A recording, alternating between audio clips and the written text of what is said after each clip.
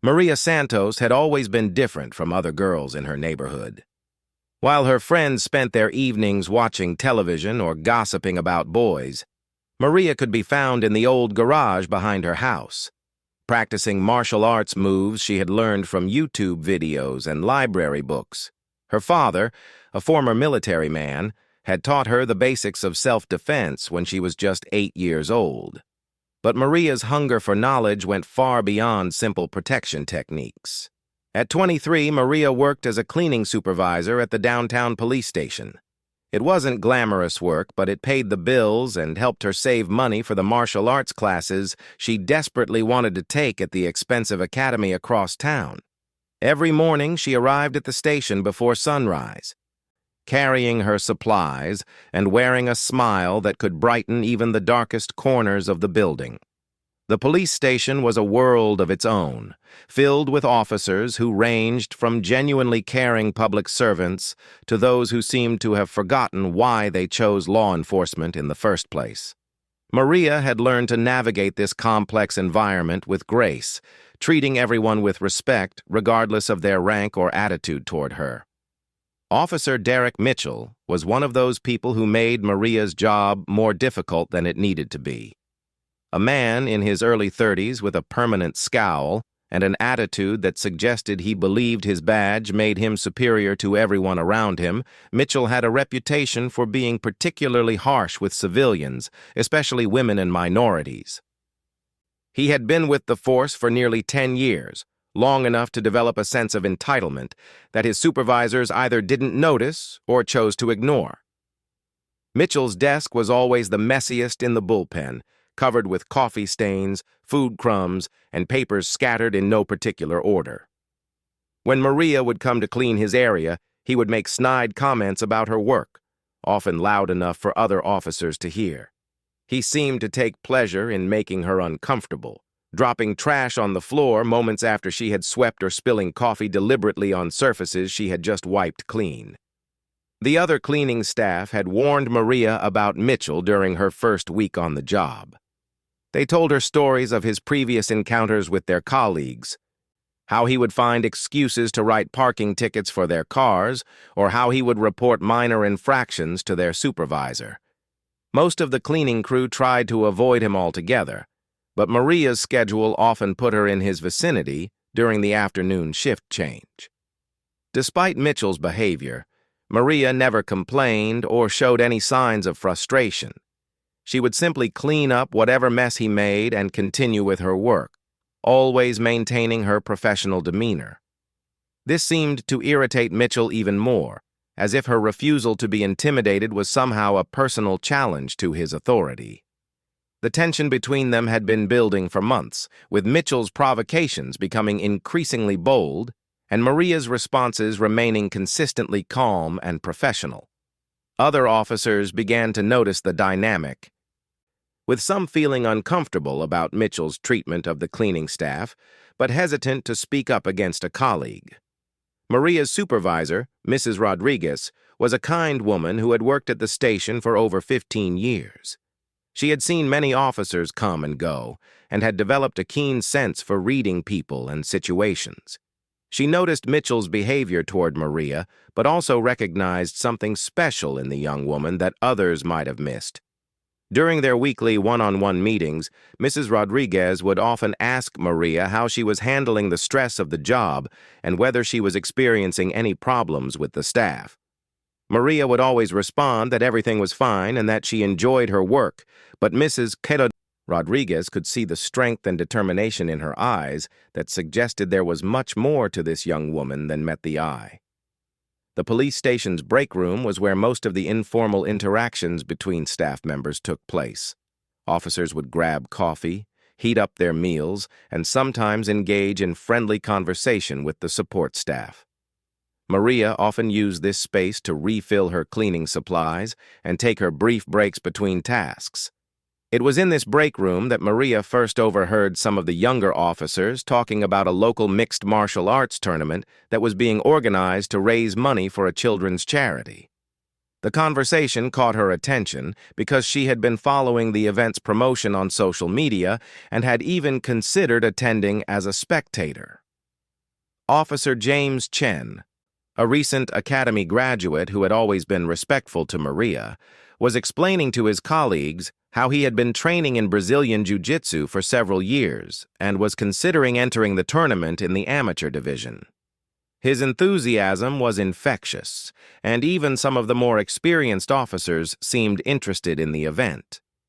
Maria listened quietly as they discussed the various martial arts disciplines that would be represented at the tournament, from traditional karate and taekwondo to more modern fighting styles like Krav Maga and MMA. She found herself mentally comparing their descriptions to the techniques she had been practicing in her garage, wondering how her self-taught skills would measure up against formal training. As the conversation continued, Mitchell entered the break room with his usual swagger, immediately changing the atmosphere in the room. The younger officer's excitement seemed to dim slightly as Mitchell made dismissive comments about martial arts being just for show and real fights being won with street smarts and proper equipment. Officer Chen tried to explain the discipline and skill required for competitive martial arts, but Mitchell cut him off with a laugh. He claimed that most martial artists were just dance fighters who wouldn't last 5 minutes in a real confrontation with someone who knew how to fight dirty. Maria continued her work quietly, but she couldn't help but feel a spark of irritation at Mitchell's ignorant comments. She had spent years studying not just the physical techniques of various fighting styles, but also their philosophies and the mental discipline they required. To hear someone dismiss them so casually felt like a personal insult to her dedication and hard work. The conversation moved on to other topics, but Maria noticed that Mitchell's eyes kept drifting toward her as she worked. There was something in his expression that made her uncomfortable, a calculating look that suggested he was planning something unpleasant. Later that afternoon, as Maria was finishing her rounds on the second floor, she encountered Mitchell again near the evidence storage room. He was leaning against the wall, apparently waiting for something or someone, and his presence in that particular area seemed odd, since it wasn't part of his usual patrol route. When he saw Maria approaching with her cleaning cart, Mitchell straightened up and blocked her path with a smile that didn't reach his eyes. He began making small talk about her work, asking questions about her schedule and whether she enjoyed cleaning up after real heroes, like the police officers. Maria responded politely but kept moving, trying to get past him to continue with her duties. Mitchell's questions became more personal, asking about her living situation, whether she had a boyfriend, and what she did for fun outside of work. The line of questioning made Maria increasingly uncomfortable, but she maintained her professional demeanor and tried to redirect the conversation back to work-related topics. As the weeks passed, Mitchell's behavior toward Maria became more problematic. He would find excuses to be in areas where she was working, often making comments about her appearance or asking inappropriate questions about her personal life. Other staff members began to notice his attention toward her, and some of the more experienced officers started giving him looks of disapproval. Maria continued to handle the situation with grace and professionalism, but she began to feel increasingly frustrated by Mitchell's persistent harassment. She considered reporting his behavior to her supervisor or to the station's internal affairs department, but she was concerned about potential retaliation and the impact it might have on her job. The breaking point came on a particularly busy Friday afternoon in late summer. The station was buzzing with activity as officers prepared for the weekend shift changes and processed paperwork from the week's cases. Maria was working in the main bullpen area, emptying trash cans and wiping down surfaces while trying to stay out of everyone's way. Mitchell had been in an especially foul mood that day, having received a reprimand from his sergeant for failing to properly document an arrest earlier in the week. He was looking for someone to take his frustration out on, and Maria's presence in his vicinity made her an easy target for his displaced anger. As Maria bent down to clean up some spilled coffee near Mitchell's desk, she could hear him talking loudly on the phone with someone, complaining about his supervisors and using language that would have been inappropriate in any professional setting. When he hung up the phone, he turned his attention to Maria, who was focused on her cleaning tasks. The atmosphere in the bullpen was tense that afternoon, with several officers working on urgent cases and the general stress level running high. Maria could sense the energy in the room and tried to work more quickly to avoid getting in anyone's way or adding to the chaos. Mitchell watched Maria work for several minutes, his expression growing darker as he observed her calm efficiency. To him, her composure in the face of his previous provocations was a sign of disrespect, and her professional demeanor felt like a challenge to his authority that needed to be addressed. The stage was set for a confrontation that would change everything for both Maria and Mitchell. Neither of them could have predicted how quickly the situation would escalate or how dramatically it would expose the true character of both individuals involved. The morning of the incident started like any other day for Maria Santos. She arrived at the police station at her usual time, checked in with Mrs. Rodriguez, and began her cleaning routine. The summer heat was already building outside, and the air conditioning in the old building was struggling to keep up with the demand. Officer Mitchell had arrived for his shift in an even worse mood than usual. His personal life was falling apart, with his girlfriend having broken up with him the previous weekend, and his credit card bills piling up faster than he could pay them. He had been drinking more heavily than usual and sleeping poorly, which only added to his general irritability and shortened his already limited patience. The incident began around 2 o'clock in the afternoon, during the busiest part of Maria's shift. She was working in the main bullpen area, methodically cleaning each workstation, while the day shift officers completed their paperwork and prepared for the evening shift change. Maria had just finished wiping down the desk of Officer Sarah Williams, a veteran detective who always thanked her for keeping her workspace clean. As she moved her cleaning cart toward the next row of desks, she noticed that Mitchell was sitting at his workstation, staring at his computer screen with obvious frustration.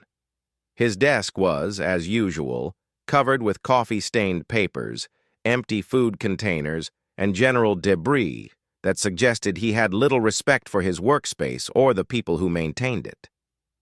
Maria approached his area with her usual professional demeanor, beginning to organize the trash and prepare to clean the surface. Mitchell looked up from his computer and watched her work with an expression of barely contained annoyance. He had been trying to complete a report that was already overdue, and his supervisor had given him a deadline of the end of the day to submit it. His typing skills were poor, and the computer system kept giving him error messages that he didn't understand how to resolve. As Maria worked around his desk, Mitchell became increasingly agitated by her presence. In his mind, she represented everything that was going wrong in his life. People who seemed to have their act together while he struggled with basic tasks. Individuals who maintained their composure while he felt like he was falling apart. Maria noticed his agitation but continued with her work, being extra careful not to disturb any papers that might be important or interrupt his concentration. She had learned over the months to read the moods of different officers and adjust her approach accordingly, always trying to be helpful without being intrusive. The breaking point came when Maria accidentally bumped Mitchell's desk slightly while reaching to empty a trash can. The contact was minimal and didn't disturb anything on his workspace, but it provided Mitchell with the excuse he had been looking for to unleash his frustration. Mitchell stood up abruptly from his chair, causing it to roll backward and hit the wall with a loud bang. The sudden movement and noise caused several other officers in the area to look up from their work, sensing that something was about to happen. "Can't you see I'm trying to work here?" Mitchell shouted at Maria, his voice carrying across the bullpen and causing conversations to stop and heads to turn.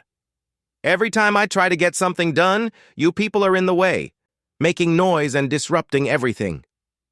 Maria stepped back from his desk, her cleaning supplies still in her hands, and looked at Mitchell with a calm expression. "I apologize if I disturbed you, Officer Mitchell. I'll come back to clean this area later when you're finished with your work." Her reasonable response seemed to infuriate Mitchell even more. In his mind, she should have been intimidated by his outburst, perhaps even apologetic enough to leave his area entirely. Her professional composure felt like mockery to him, and he interpreted her offer to return later as a dismissive gesture. "Don't give me that fake, polite routine," Mitchell snarled, moving closer to Maria. "You think you're better than everyone else, walking around here like you own the place. Well, let me remind you what your job actually is." The tension in the bullpen was now palpable, with officers starting to move closer to see what was happening. Some of them were beginning to look uncomfortable with Mitchell's behavior, but no one was quite sure how to intervene in what appeared to be a workplace dispute. Maria maintained her calm demeanor despite Mitchell's aggressive posture and increasingly hostile tone. She had dealt with difficult people before and knew that responding with emotion would only escalate the situation.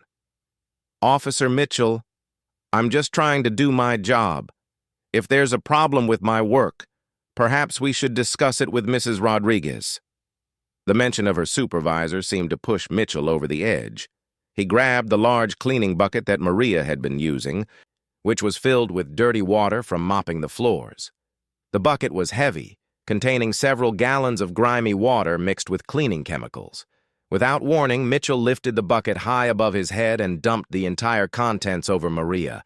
The dirty water cascaded down over her head, soaking her hair, face, and uniform completely. The chemicals in the water burned her eyes, and the shock of the cold liquid made her gasp involuntarily. The bullpen fell completely silent, except for the sound of water dripping onto the floor. Officers who had been watching from a distance stopped what they were doing, stunned by the blatantly unprofessional and cruel nature of Mitchell's action. Some reached for their phones, instinctively wanting to document what they had just witnessed. Maria stood there for a moment. Water streaming from her hair and clothes, her cleaning supplies scattered around her feet where she had dropped them in surprise. The humiliation of the moment was overwhelming, but something deeper than embarrassment was building inside her. As she wiped the water from her eyes, Maria looked directly at Mitchell, who was standing over her with the empty bucket in his hands and a satisfied smirk on his face. He clearly expected her to be broken by his actions, perhaps to run crying from the room or to cower in fear of further retaliation. Instead, Maria's expression remained remarkably calm. The years of martial arts training had taught her to control her emotions even in the most stressful situations. She assessed Mitchell's stance, his positioning, and his obvious expectation that she would react with fear rather than strength. "Officer Mitchell," Maria said quietly, her voice carrying clearly across the silent bullpen, "I think you've made a mistake." Mitchell laughed harshly, apparently interpreting her words as an admission of defeat. "The only mistake here is you thinking you can disrespect a police officer and get away with it. Maybe now you'll learn to stay out of my way and show some proper respect."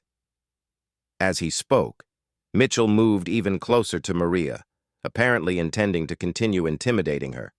His body language was aggressive and threatening, designed to make her feel small and powerless.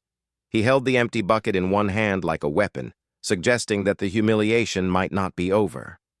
But Maria had spent years studying not just the physical techniques of martial arts, but also the mental discipline required to remain calm under pressure. Her father's military training had taught her to assess threats quickly and respond appropriately, while her own studies had shown her how to use an opponent's aggression and overconfidence against them. Mitchell's positioning was perfect for what Maria had in mind. He was standing too close, his balance was poor due to his aggressive posture, and his attention was focused on intimidating her rather than protecting himself. More importantly, his public humiliation of her had crossed a line that justified a physical response in self-defense. The entire bullpen was watching now, with officers from other areas having been drawn by the commotion. Some were reaching for their radios, apparently considering whether to call for supervisory intervention, while others seemed frozen by the unprecedented nature of what they were witnessing. Detective Williams, who had always been kind to Maria, started to move forward as if to intervene, but something in Maria's posture made her pause. There was a stillness about the young woman that suggested she was not the helpless victim that Mitchell apparently believed her to be. Maria took a small step backward, ostensibly to give herself room to clean up the water that was still dripping from her clothes. The movement looked submissive to Mitchell, confirming his belief that he had successfully established his dominance over her. What Mitchell didn't realize was that Maria's step backward was actually the first movement of a technique she had practiced hundreds of times in her garage. She was creating the optimal distance and angle for a defensive maneuver that would use his own momentum and aggression against him. The young woman who had been quietly cleaning the police station for months was about to reveal a side of herself that none of her colleagues had ever imagined existed. The confrontation that Mitchell had initiated to feed his ego was about to become a lesson in respect that he would never forget. What happened next took less than 3 seconds, but everyone who witnessed it would remember the moment for the rest of their careers.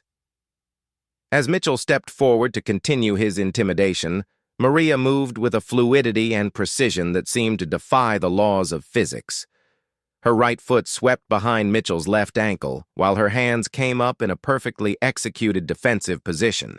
The movement was so smooth and natural that for a split second, it almost looked like she was simply stepping out of his way. Mitchell's forward momentum, combined with Maria's strategic positioning, created the perfect conditions for what martial artists call an unbalancing technique. As her foot swept his supporting leg, Maria's left hand pushed gently against his shoulder, not with force, but with perfect timing that redirected his own energy against him. The result was spectacular and immediate. Mitchell, who had been leaning forward aggressively, suddenly found himself with no support for his weight. His body rotated as he fell, and he hit the floor with a resounding thud that echoed throughout the bullpen. The empty bucket clattered across the floor, spinning in circles before coming to rest against a filing cabinet. The silence that followed was deafening. Mitchell lay on his back, staring up at the ceiling with a look of complete bewilderment. His uniform was now wet from the same dirty water he had dumped on Maria, and his carefully maintained image of authority had evaporated in an instant. Maria stood over him, her posture relaxed but ready.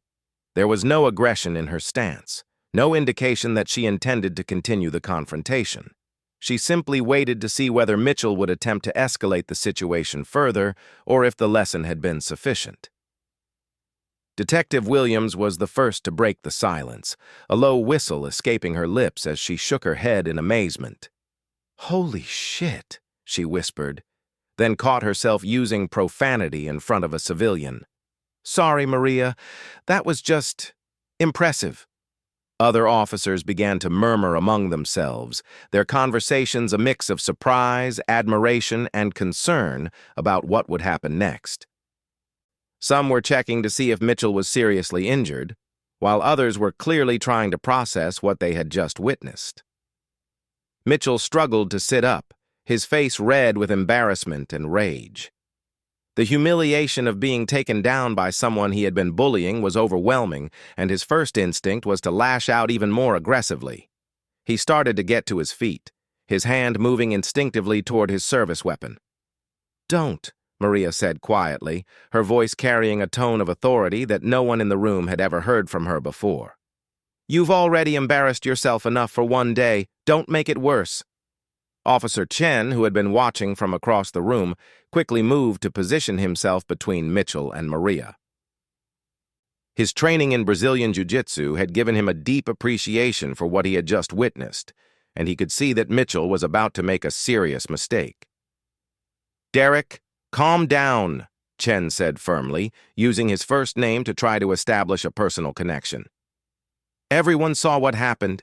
She defended herself after you assaulted her. Don't do something that will end your career." Sergeant Patricia Hayes, the shift supervisor, came rushing into the bullpen after hearing the commotion from her office. She quickly surveyed the scene. Mitchell sitting on the wet floor looking disheveled and angry, Maria standing calmly nearby with her uniform still dripping, and a crowd of officers watching the drama unfold. "What the hell is going on here?" Hayes demanded, her voice cutting through the murmur of conversations. She had been a police supervisor for over 20 years and had seen plenty of workplace conflicts, but the scene before her was unlike anything in her experience. Multiple officers began trying to explain simultaneously, their accounts overlapping and creating a confusing narrative. Hayes held up her hand for silence and pointed to Detective Williams, whom she trusted to give her an objective account of events. Williams quickly summarized what had happened, from Mitchell's initial outburst through the bucket incident and Maria's surprising response. Her account was clear and factual, confirming that Mitchell had initiated the confrontation and that Maria had only responded when he became physically threatening. As Williams spoke, other officers nodded in agreement with her version of events. Several mentioned that they had their phones out and might have captured video of the incident, which would provide clear evidence of exactly what had transpired. Sergeant Hayes looked from Mitchell to Maria, trying to assess the situation and determine the appropriate response. She had dealt with Officer Mitchell's attitude problems before, but this level of unprofessional behavior was unprecedented. The fact that he had physically assaulted a civilian employee was a serious matter that would require immediate action. "Officer Mitchell, get up and report to my office immediately," Hayes ordered, her tone leaving no room for argument. "Officer Chen, please escort him there and wait outside until I arrive." Mitchell struggled to his feet, his uniform squelching with each movement. He looked around the bullpen at the faces of his colleagues, seeing expressions ranging from disappointment to outright contempt. The respect he had thought his badge automatically entitled him to had evaporated along with his dignity. As Mitchell walked toward the supervisor's office, Maria bent down to begin cleaning up the water that had spilled across the floor. Her movements were calm and methodical, as if nothing unusual had happened. Several officers moved to help her, bringing towels and offering to take over the cleaning task. "Maria," Sergeant Hayes said gently, "why don't you come to my office as well? We need to get your statement about what happened, and I think we should also call Mrs. Rodriguez to let her know about the situation." Maria nodded and set down her cleaning supplies. As she followed Hayes toward the office, Detective Williams called out to her, "Maria, where did you learn to do that? That was some serious martial arts technique." For the first time since the incident began, Maria allowed herself a small smile. "My father taught me that the best way to deal with a bully is to remain calm and let them defeat themselves. I just gave physics a little help." The aftermath of the incident unfolded quickly. Mrs. Rodriguez arrived within minutes of receiving the call, bringing with her the station's security footage that showed the entire confrontation from multiple angles. The video evidence was clear and undeniable, showing Mitchell's unprovoked assault and Maria's measured response. Officer Mitchell was suspended immediately pending a formal investigation. The incident would eventually lead to his termination from the force, along with criminal charges for assault. His career in law enforcement was over, ended by his own poor judgment and inability to control his emotions. Maria, meanwhile, became something of a legend within the police station. The quiet, professional young woman who cleaned their offices had revealed herself to be someone with remarkable skill and even more remarkable composure under pressure. Officers who had barely noticed her before now made a point of greeting her and engaging in friendly conversation. Detective Williams, impressed by Maria's obvious martial arts training, mentioned the upcoming charity tournament that Officer Chen had been discussing weeks earlier. When she learned about Maria's years of self-directed study and practice, Williams offered to sponsor her entry into the competition if she was interested. The tournament became Maria's opportunity to showcase her abilities in a more appropriate setting. Her performance was outstanding, demonstrating that her garage training had given her skills that rivaled those of fighters with formal instruction. She won her division and used the victory as a springboard to begin formal training at the academy she had always dreamed of attending. Mrs. Rodriguez, recognizing Maria's potential and character, recommended her for a position with the police department itself. The incident had shown not just her physical capabilities, but also her ability to remain calm under extreme pressure and her commitment to doing what was right rather than what was easy. Within 6 months, Maria had completed her academy training and was sworn in as a police officer. Her transformation from cleaning staff to law enforcement was remarkable, but those who had witnessed her handling of the Mitchell incident weren't surprised. They had seen her true character revealed in a moment of crisis. Officer Chen, who had intervened to prevent Mitchell from making an even bigger mistake, became one of Maria's closest friends on the force. He helped her continue developing her martial arts skills and often partnered with her on patrol, appreciating both her combat abilities and her natural instinct for de-escalating conflicts. The incident also led to policy changes within the department regarding the treatment of support staff and protocols for reporting workplace harassment. Sergeant Hayes used Maria's experience as a case study in training sessions, emphasizing that respect and professionalism should be extended to everyone who worked in the station, regardless of their position. Years later, when Maria had become a detective herself, she would sometimes reflect on that afternoon when her life changed dramatically. The moment when Officer Mitchell dumped dirty water over her head had been intended to humiliate and diminish her, but instead it had become the catalyst for her to reveal her strength and begin a new career. The lesson that emerged from the incident was simple but profound. Respect cannot be demanded or enforced through intimidation, but must be earned through character and actions.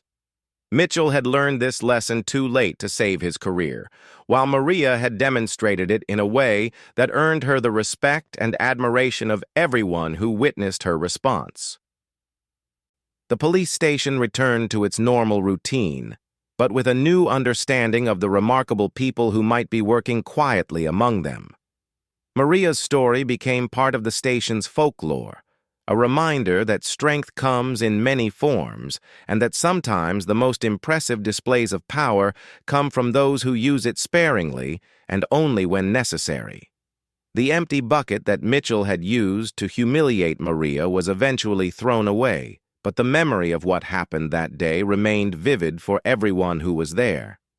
It served as a lasting reminder that dignity cannot be taken away by others, but can only be surrendered by ourselves, and that sometimes the most profound victories come not from fighting, but from refusing to be broken.